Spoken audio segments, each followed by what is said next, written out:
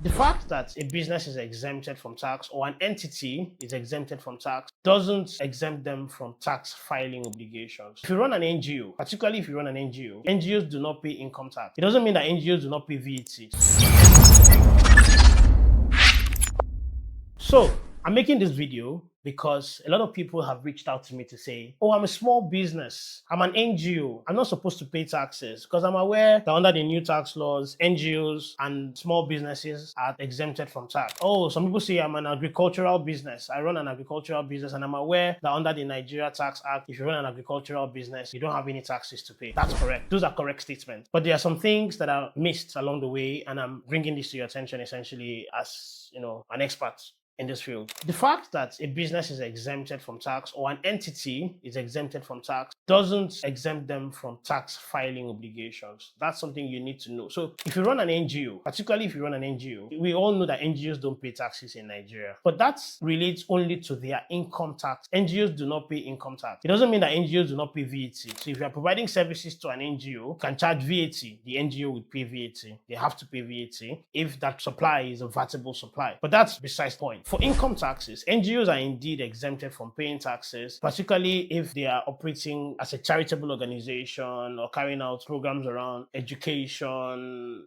charitable works generally. But then it's qualified. It's only to the extent that they're not engaging in any trade or business. So if as an NGO, you are engaged in trade or business, let's say you rent out property and you get rental income, or you invest in shares in another company and you get dividends, or you lend money and you get interest, or you do anything that suggests you're doing business, you manufacture things and sell for profit, then as long as you're making profit, even though you're an NGO, you would still pay tax. But let's even assume that everything you're doing is within the confines of your objectives as an NGO, which means you're not making profits, you're doing charitable work. You still have an obligation to file tax return. And for an NGO, your tax returns have to be filed by the 30th day of June every year, and for your activities for the previous year, if you keep your account as an NGO up to the 31st day of December. So the law is file your tax returns, your income tax return, within 6 months after your financial year end.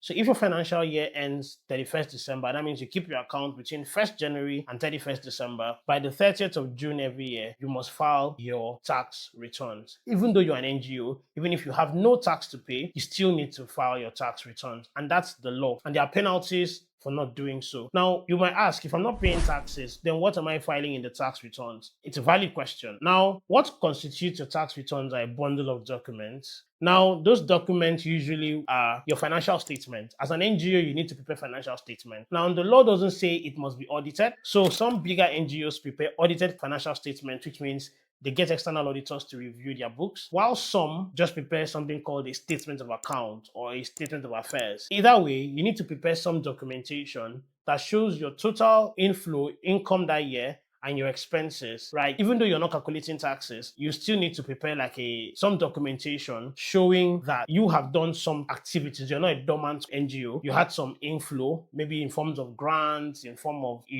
grants mostly. I think that's what most NGOs get. If you actually do business, then you disclose your business income as an NGO. And then prepare your tax computation, even though for the tax line, it will be zero tax if you are in fact not liable to paying any tax. Then prepare your capital allowance schedule. Prepare documentation showing your activities. The law clearly states that you must file a tax return every year, and then you file those returns on Tax Promat. So the reality is, even as an NGO, you need to get a tax clearance certificate to do a lot of things, right? If you want to register with the government, you want to register with a lot of organizations within Nigeria, you need to sometimes present a tax clearance certificate, even as an NGO, and you can only get a tax clearance certificate from the Nigeria Revenue Service as an NGO when you have filed your tax return. So take this from me, as an NGO, you have tax filing obligations. So it's not just the businesses or the companies on business names. No, every single business in Nigeria, whether the small companies, the ones exempted from taxes, the NGOs, all have tax filing obligations. And that's what we do at TaxStream. At TaxStream, we help you prepare your accounts, automatically powered by AI, and we help you calculate your taxes, and we help you file your taxes on Tax Pro Max. So give us a try. Visit www.taxstream.com to get started.